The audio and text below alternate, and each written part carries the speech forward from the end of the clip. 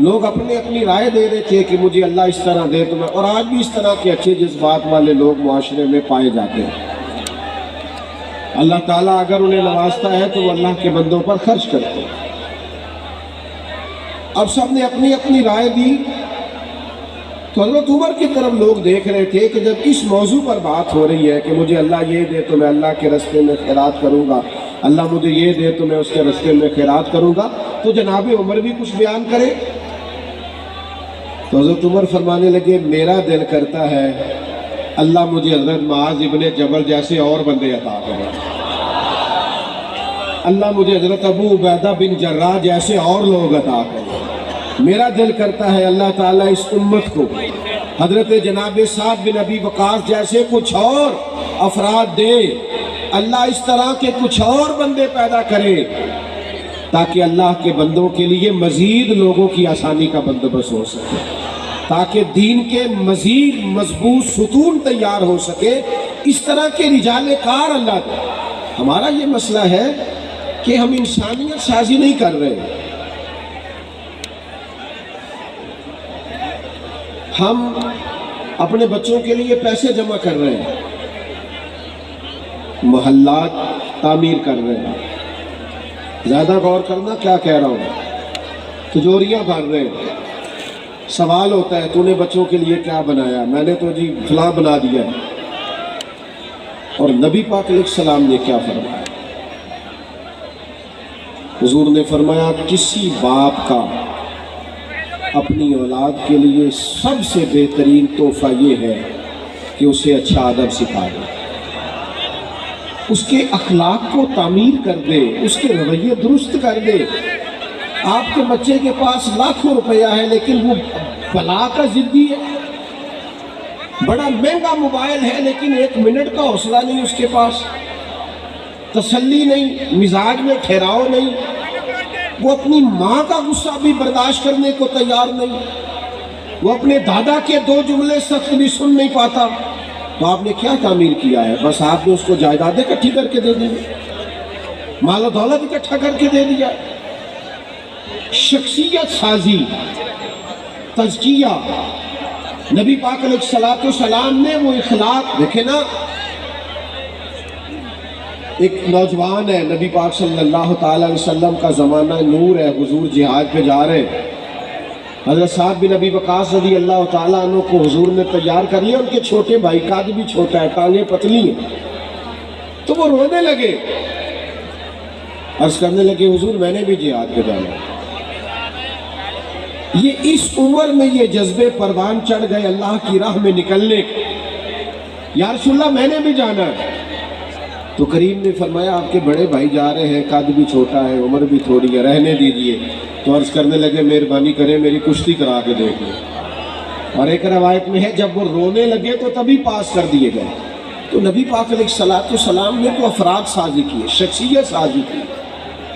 آپ کسی شخص کو متقی بنا دیں، اس کے دل کے اندر اللہ کا خوف پیدا کر دیں، پھر اس کے سامنے کروڑوں بھی پڑے ہوں گے تو وہ کرپشن نہیں کرے گا۔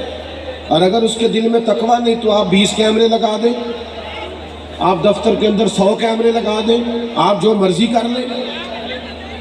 جب اس کا ذہن بن گیا معاذ اللہ کہ میں نے لوٹ کے کھانا ہے تو پھر رویہ اور ہو جائے گا۔ تو بنیادی کام شخصیت سازی، بنیادی کام جو نبی پاک علیہ السلام نے کیا ہے وہ انسانوں کے اخلاق کی بہتری، ان کے کردار کی بہتری ہے۔ یہ ماشاءاللہ آج ڈھیر سارے لوگ یہاں انہوں نے انتظام کیا ہوا ہے، عمرے پہ جائیں گے، بڑی اچھی بات ہے۔ میں دوستوں سے کہا کرتا ہوں عمرے اور حج پہ بھی جاتے ہو تو اتنے پیسے لگا لیتے ہو تو جانے سے پہلے کو 2 گھنٹے کسی عالم کے پاس بھی بیٹھا کرو، طریقہ اور مسائل بھی تو سیکھ کے جاؤ نا۔ بھئی آپ کو پتہ بھی تو ہونا کہ ہم نے عمرہ کیسے کرنا ہے، آداب کا اور معاملات کا بھی تو خیال ہونا چاہیے۔ تعلیم و تعلق کا جو فقدان ہے، آج ہم سننے سنانے کے قائل ہیں، دیکھنے دکھانے کے قائل ہیں، پڑھنے پڑھانے کے نہیں۔ ہمارے پاس وقت بھی ہے لیکن آپ کو کوئی حضرت بلائیں کہ آئیں شام کو روز ترجمہ پڑھایا جائے گا تو ہم نے ٹائم نکالا، ہم نے تو بیکار کی ویڈیوز دیکھنی ہوتی ہے، وقت ضائع کرنا ہوتا ہے، بے مقصد قسم کے تبصرے کرنے ہوتے ہیں جن کا کوئی فائدہ نہیں ہے۔ تو بھائیوں انسانیت سازی، ایک صحابی کے حضرت فضالہ، وہ کہتے ہیں کہ میری معاذ اللہ ثم معاذ اللہ کسی خاتون سے کلمہ پڑھنے سے پہلے کچھ دوستی تھی، تو میں تو اس ارادے سے گیا تھا کہ معاذ اللہ حضور کو شہید کروں گا۔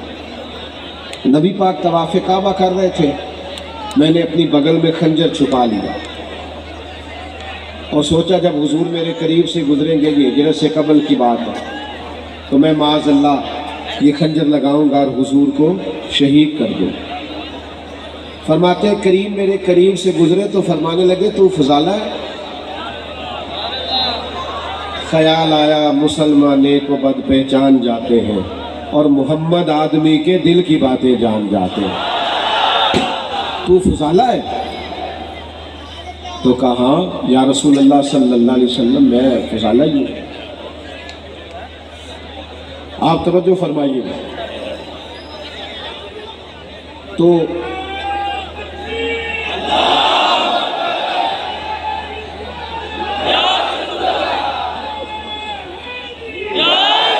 آپ تشریف رکھیں جی، کچھ نہیں ہوا، اطمینان سے بیٹھے، اللہ جزائے، بیٹھ جاؤ بیٹا، او پیارے بیٹے، اللہ تعالیٰ۔ ادھر دیکھیں میری دو ایک باتیں رہ گئی، آپ سن لیں۔ میں تو بڑا سادہ سادہ بیان کرنے والا آدمی ہوں، تو ٹھنڈے ٹھنڈے قسم کا خطیب جو ہوتا ہے وہ تو اس طرح تو اللہ آپ کو جزا دے۔ سنیں جی توجہ سے سن میرے بھائیوں، نبی کریم علیہ السلام نے فرمایا تو فضالہ ہے؟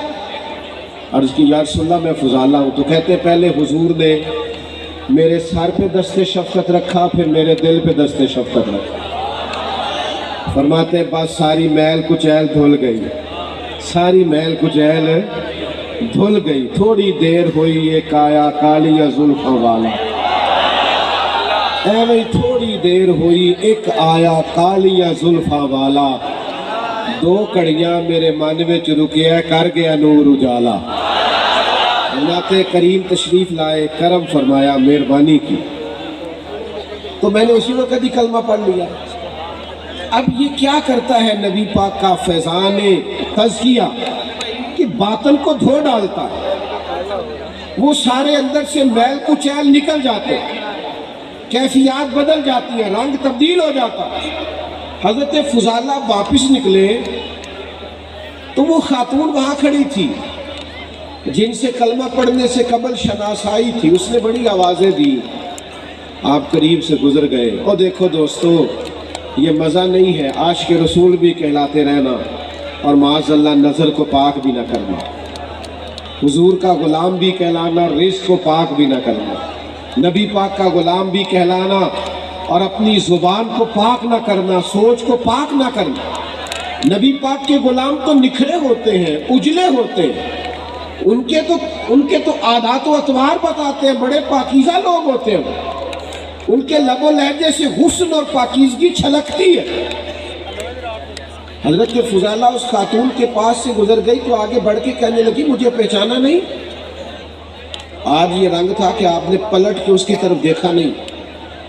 تو کہنے لگی تو وہی فضالہ ہے؟ تو آپ زبان حال سے کہنے لگے میں وہ فضالہ نہیں ہوں، اب میں محمد عربی کا غلام بن گیا، اب میرا انداز بدل گیا ہے، اب مجھے تزکیہ نصیب ہو گیا ہے، اب شخصیت میں کسی نے رنگ بھر دیے، اب میں تیری بات نہیں سن سکتا، اس لیے کہ وہ کچا رنگ للاری والا جیڑا چڑھ دا تے لیندا رہندا ہے، اے عشق تیرے دا رنگ محمد چڑھ جائے پھر نہیں لیندا۔ اب رنگ بدل گیا ہے، انداز بدل گئے ہیں، طور طریقے بدل گئے ہیں، اب کیفیات اور ہو گئی، اب یہ والا انداز نہیں ہوگا۔ لوگ مکمل بدل جاتے تھے دین میں آنے کے بعد۔ مجھ سے ناراض نہ ہونا، مجھے معاف کرنا، اللہ کرے میرا تجزیہ درست نہ ہو، آج بھی لوگ دین میں آتے ہیں، لیکن میری طرح کے ڈھیر سارے ایسے ہیں جو لباس تو بدلتے ہیں، کپڑے تو دین کے پہنتے ہیں، لیکن اپنا باطن نہیں بدلتے، اپنے اندر کا انسان تبدیل نہیں کرتے۔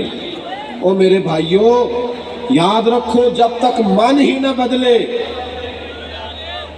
مجھے زندگی میں ایسے مجبور لوگ بھی ملے ہیں جو کہتے ہیں پیر صاحب کوئی دعا کر دو، سارا کچھ ہے میرا نماز پڑھنے کو دل نہیں کرتا. آپ یقین کرو ترس آتا ہے. اس کو یہ بھی ایک سزا ہے کہ رب سب کچھ دے اور سجدے کی توفیق نہ دے. یہ معمولی سزا ہے. سب کچھ لے لے جا تجھے دیا اور میرے گھر نہ آنا. اللہ کے بندو اپنے تزکیہ پر توجہ دے، اپنی شخصیت کے نکھار پر. اگر اخلاق میں، کردار میں، لب و لہجے میں، اٹھنے بیٹھنے میں کوئی تبدیلی نہیں آئی تو رنگ برنگی ٹوپیاں پہننا، رنگ برنگے کمکمے لگا لینا، رنگ برنگی ادائیں اپنا لینا اور خو بخو محفلیں اور جلسے کر لینا، اس سے انداز نہیں بدلیں گے جب تک ہم وہ انداز اور اطوار تبدیل نہیں کرتے. حضرت باعزید بستامی رحمۃ اللہ علیہ سے کسی نے کہا آپ تقریریں کیوں نہیں کرتے؟ آپ فرمانے لگے جس نے ہماری خاموشی سے کچھ نہیں سیکھا اس نے ہماری تقریر سے کیا سیکھنا ہے.